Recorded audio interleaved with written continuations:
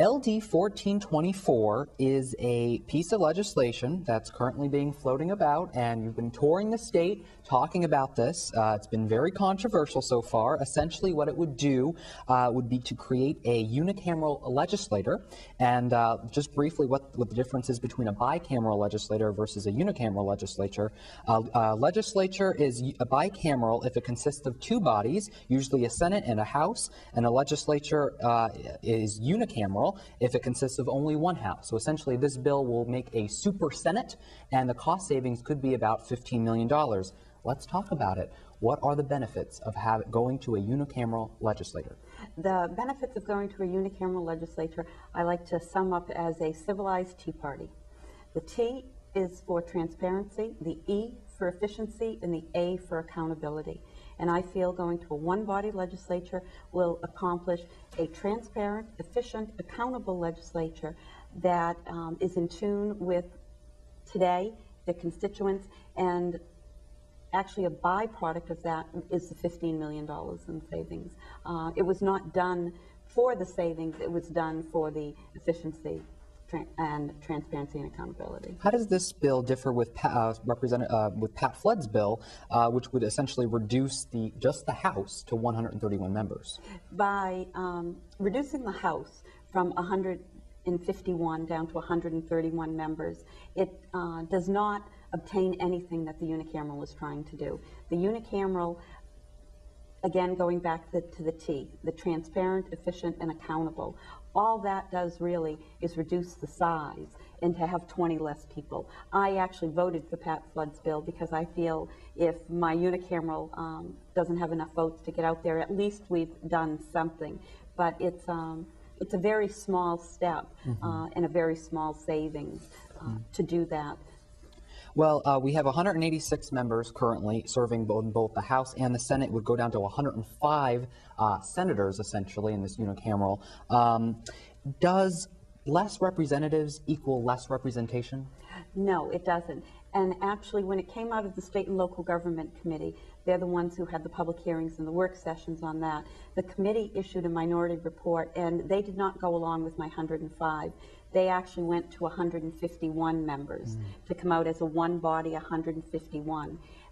After Pat Flood's bill went through on the House floor and it had support for 131, we're talking about actually amending the minority report on the floor to go to 131. So right now, I think 105 is gone. If it has any chance, it will either be at the 131 or the 151 on that, but it'll still be one body. Each body now has a lot of duplication because you have the president of the Senate staff, you have the Speaker of the House staff, you have the majority minority staff on each body.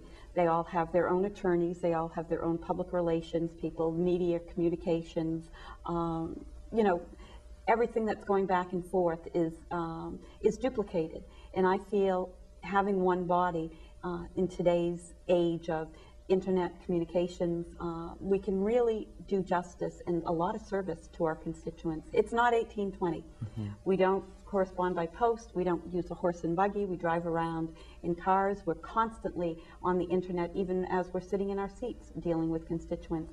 And I certainly think we can increase the number a little bit.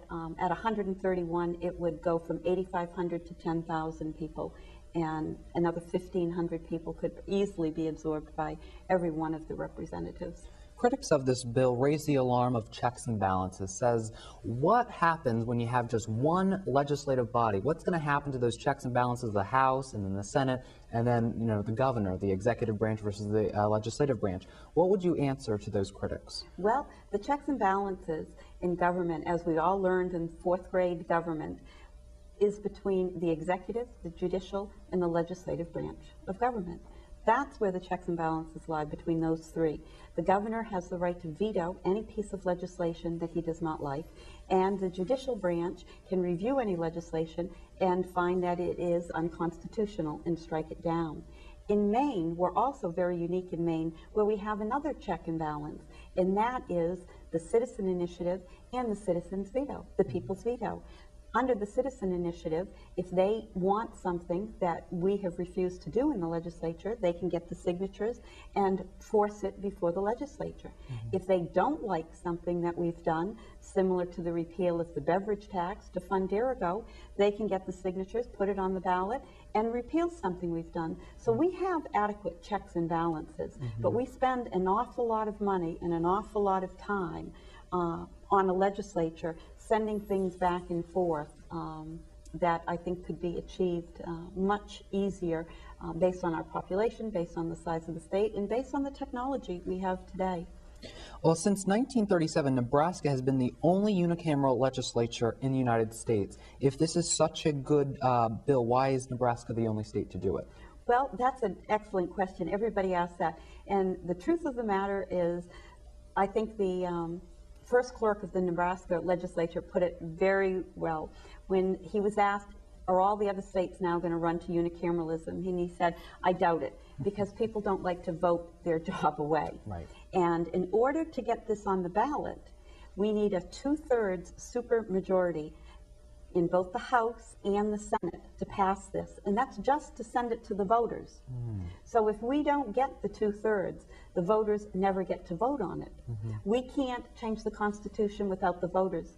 And the voters, this is one of the things that is prohibited from going on a citizen initiative. The voters cannot go out and collect 55,000 signatures and put this on the ballot. So the only way they will ever get to vote on that is if the representatives and the senators vote to decrease some of their jobs. And that's why it's difficult, and that's why other states Do you think it's possible? Well, actually in 1995, this has come up several times in the state of Maine. In 93 and 95, it had a really good debate on it. And actually in 93, it passed both the House and the Senate. Then they went to a committee of conference and it died in between. It's very easy now for decisions to be made hoping that the other chamber is going to kill it, or knowing that it is. And that's why it comes back to my accountability. I think your vote should be your vote. And you shouldn't be voting in one chamber knowing that the other chamber is going to kill it. You need to know the issue. If people watching this program want to know more information, what can they do? They can go to my website, maineunicameral.blogspot.com. And they can also, I would encourage all of them to email all of their senators and representatives and ask them, what do they think about the unicameral legislation? The LD number is 1424. You can also look it up at the State of Maine website, maine.gov. Thank you so much for coming on the program. Thank you so much, Justin. And thank you for watching. I'm Justin Schnitt. If you'd like more information on this program, you can visit our website at www.ynetvlive.com. There's clips and videos of this program as well as information. If you'd like more information on my career path, you can visit my website at www.justinschnitt.com. Remember, if it's Sunday, it's Youth in Politics. We'll see you right back here next week. Wow, 8 minutes. I know, doesn't it?